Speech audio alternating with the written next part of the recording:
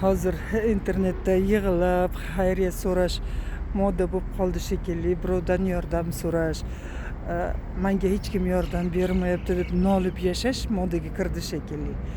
Mana shunaqalarni ko'rsam jahlim chiqadi.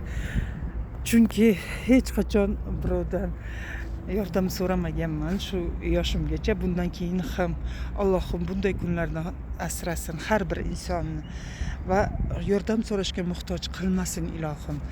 Agar sizga qarzingiz, kreditlaringizni yopish kerak bo'ladigan bo'lsa, men sizga ishonch bilan aytaman, mana shu kompaniyani o'rganib chiqing. Avval hujjatlarini tekshiring, keyin necha yil ishlayotganini va qancha odam bu yerdan katta daromadga chiqayotganlarni o'z ko'zingiz bilan ko'ring.